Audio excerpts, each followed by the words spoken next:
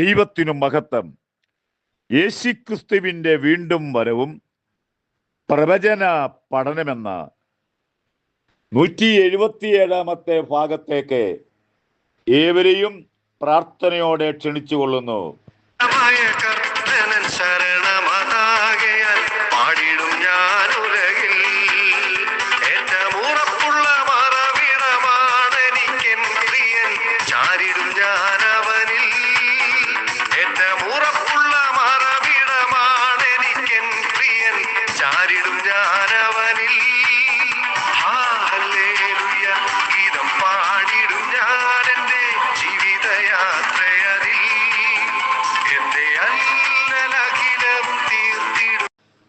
ഇസ്രായേലിന്റെ ഒന്നാമത്തെ രാജാവായി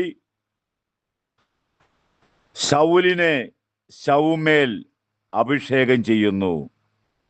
കഴിഞ്ഞ ദിവസം നമ്മൾ ക്ലാസ് ശ്രദ്ധിച്ചത് ശൗമേലിന്റെ ഭവനത്തിൽ ശൗൽ എത്തിച്ചേർന്നു. തുടർന്ന് ക്ലാസ്സിലേക്ക് അവർ താല്പര്യപ്പെടുന്നു. അവർ രണ്ടുപേരും ഒരുമിച്ച് അവിടെ നിന്ന് യാത്ര തിരിക്കുന്നു. പട്ടണത്തിന്റെ അറ്റത്ത് എത്തിയപ്പോൾ 1 ശമൂവേൽ 9-ാം അധ്യായം 27-ാമത്തെ വാക്യം, ശൗമേൽ ശൗലിനോട് പറയുകയാണ്, ഭൃത്യൻ മുൻപോട്ട് കടന്നു പോകുവാൻ പറയുക, ഞാൻ ദൈവത്തിന്റെ അരുളപ്പാട് നിന്നോട് അറിയിക്കുന്നതിന് വേണ്ടി അല്പം നിൽക്ക എന്ന് പറഞ്ഞു. ദൈവത്തിന്റെ അരുളപ്പാട് ശൗലും മാത്രം കേട്ടാൽ മതി, ഭൃത്യൻ കേൾക്കുവാൻ ദൈവം അനുവദിച്ചില്ല.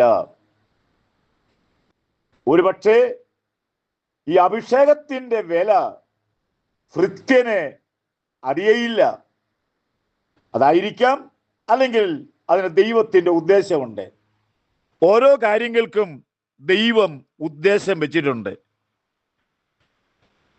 ഉൽപ്പത്തി പുസ്തകം 22-ാം അധ്യായം 5-ാമത്തെ വാക്യം, അബ്രഹാം ബാല്യക്കാരോട് പറയുന്നു, നിങ്ങൾ കഴുതയുമായി ഇവിടെ നിൽക്ക, ഞാനും ബാലനുമായി അവിടുത്തോളം ചെന്ന് യാഗം കഴിച്ച് മടങ്ങി വരാം. നോക്കിക്കോണം, എന്തുകൊണ്ട് അത്രയും ദിവസം യാത്ര ചെയ്ത ഈ ഭൃത്യന്മാരെ കൂടെ ഈ ആരാധന യാഗത്തില് കൊണ്ടുപോകാത്തൊരു കാര്യം? അതിൻ്റെ പുറകിലെല്ലാം ദൈവത്തിൻ്റെ ഓരോരോ പദ്ധതികളുണ്ട് എന്ന് കാര്യം കൂടെ ഓർപ്പിച്ചുകൊള്ളുന്നു. ഇവർ രണ്ടുപേരും യാത്ര ചെയ്ത് അവർ മുൻപോട്ട് നടന്നു പോകുന്നു. വഴിയിൽ എവിടെ വെച്ചു ആയിരിക്കാം ഈ ശൗമേൽ ശൗലിന്റെ തലയിൽ തൈലാഭിഷേകം ഒഴിക്കുന്നു. ഇസ്രായേലിന്റെ ആദ്യത്തെ രാജാവായിട്ടാണല്ലോ അഭിഷേകം ചെയ്യുന്നത്. ഇതൊരു വലിയ ജനസമൂഹ മധ്യേ വെച്ച് അല്ല ചെയ്യേണ്ടത്. പക്ഷേ ശൗമേലിനോട് ദൈവം അങ്ങനെയാണ് പറഞ്ഞത്. അവിടെ ദൈവവും ശൗലും ശൗമേലും മാത്രം. പഴയ നിയമത്തിലെ അഭിഷേകതയിലും ഒഴിക്കുന്നത് തലയിൽ ഒഴിക്കും. അത് തലയിൽ നിന്ന് നേരെ മുഖത്തേക്ക് വരും. അത് നേരെ ഒഴുകി പാദം വരെ ചെല്ലുന്നത് വരെ ആ തൈലം ഒഴിച്ചുകൊണ്ടിരിക്കും. അതിൻ്റെ പേരാണ് അഭിഷേക തൈലം. എന്നതുപോലെ അവിടെ വെച്ച് നമ്മുടെ ശൗലിനെ ശൗമേൽ ഇസ്രായേലിന്റെ ഒന്നാമത്തെ രാജാവായി അഭിഷേകം ചെയ്തിട്ട് ഇപ്രകാരം പറയുന്നു, യഹോവ തന്റെ അവകാശത്തിന്റെ പ്രഭുവായി നിന്നെ അഭിഷേകം ചെയ്തിരിക്കുന്നു. അഭിഷേകം ലഭിച്ച ശൗൽ ആളു മാറിയവനെ പോലെയായി. ഇതാണ് അഭിഷേകത്തിന്റെ പവർ. തുടർന്ന് പുതിയ നിയമത്തിലെ അഭിഷേകം എന്ന് പറയുന്നത് കാണാവുന്നതോ ഉണ്ടാക്കാൻ പറ്റുന്നതോ തൈലരൂപത്തിലോ ഒന്നുമല്ല. കാണപ്പെടാത്ത അദൃശ്യമായ ശക്തിയാണ് പുതിയ നിയമത്തിലെ പരിശുദ്ധാത്മ സ്നാനം ദൈവം നൽകുന്നത്. ഇത് വലിയ വിലയുണ്ടെന്നുള്ള കാര്യം മറന്നു പോകരുത്.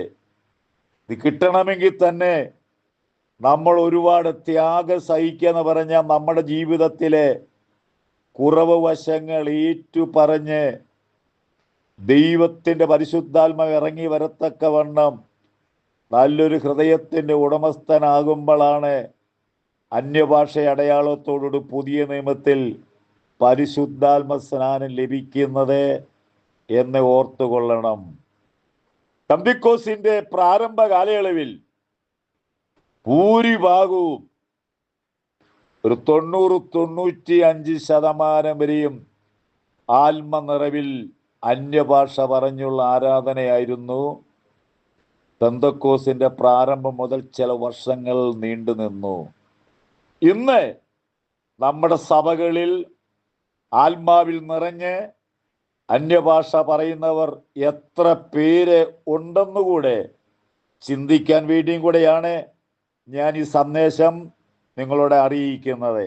തുടർന്ന് ശൗലിന് അഭിഷേകം ലഭിച്ച ശേഷം അവരവിടെ നിന്ന് യാത്ര ചെയ്തു.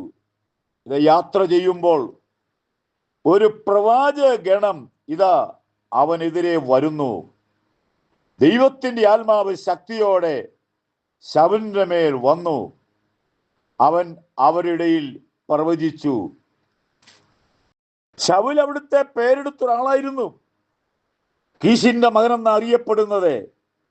ശൗലും പ്രവാചകന്മാരുടെ കൂട്ടത്തിൽ ആയോ? അവര് പറയുന്നത്, കീശിന്റെ മകനെ എന്തു സംഭവിച്ചു? ഇതാണ് പരിശുദ്ധാത്മാവിന്റെ അഭിഷേക തൈലം ഒരുവന്റെ മേൽ വീണ് കഴിഞ്ഞാൽ ഉണ്ടാകുന്ന മാറ്റം. എനിക്ക് ക്ലാസിന്റെ സമാപന സമയത്ത് ഒന്ന് രണ്ട് കാര്യം കൂടെ പറയാനുള്ളത്. ദൈവമക്കളെ, നമ്മളിൽ ദൈവം തന്നിരിക്കുന്ന പരിശുദ്ധാത്മാവിൻ്റെ അഭിഷേകം അത് വില കൊടുത്തു വാങ്ങാൻ പറ്റുന്നതല്ല. അന്ത്യം വരെയും പരിപാലിക്കുക. നമ്മുടെ ഏത് പ്രതിസന്ധി ഘട്ടങ്ങളിലും പരിശുദ്ധാത്മാവ് നമ്മളെ വഴി നടത്തും, നമ്മളെ പഠിപ്പിക്കും, പ്രതികൂല സാഹചര്യങ്ങളിൽ താങ്ങും തണലും നിൽക്കും. ആയതിനാൽ എന്നെ കേൾക്കുന്ന പ്രിയപ്പെട്ടവരെ, അന്യഭാഷ അടയാളത്തോട് പരിശുദ്ധാത്മ സ്നാനം പ്രാപിക്കാത്തവർ ആരെങ്കിലും ഉണ്ടെങ്കിൽ നിങ്ങളുടെ ജീവിതത്തിലെ കുറ്റങ്ങൾ ഏറ്റുപറഞ്ഞ് ദൈവത്തോട് ക്ഷമാപണം നടത്തി പ്രാർത്ഥിച്ച് പ്രാപിച്ചാൽ നമ്മുടെ ജീവിതത്തിൽ വലിയ മാറ്റങ്ങൾ ഉണ്ടാകും എന്നുള്ള കാര്യം ഓർപ്പിച്ചുകൊള്ളുന്നു. ദൈവം അനുവദിച്ചാൽ ക്ലാസ് മുന്നോട്ട് ആഗ്രഹിക്കുന്നു. ഒത്തിരി ആളുകളുടെ പ്രാർത്ഥന എനിക്ക് വളരെ അനുഗ്രഹമാണ്. എൻ്റെ ക്ലാസ് മുഖേന അനേക യേശുവിനെ അറിയണം, അനവധി ആളുകൾ നിത്യത ചെല്ലണം. ഏറ്റവും പ്രധാനമായ കാര്യം, ഭാരതത്തിന് വേണ്ടി പ്രാർത്ഥിക്കുന്ന ഒരു ഭാരതത്തിൻ്റെ മാറ്റം വരുന്നതിന് വേണ്ടി, ആത്മീയമായ ഒരു ഉണർവുണ്ടാകാൻ വേണ്ടി പ്രാർത്ഥിക്കുന്ന ഒരു കൂട്ടം ഉണ്ടാകട്ടെ. ദൈവം നമ്മളെ സഹായിക്കട്ടെ.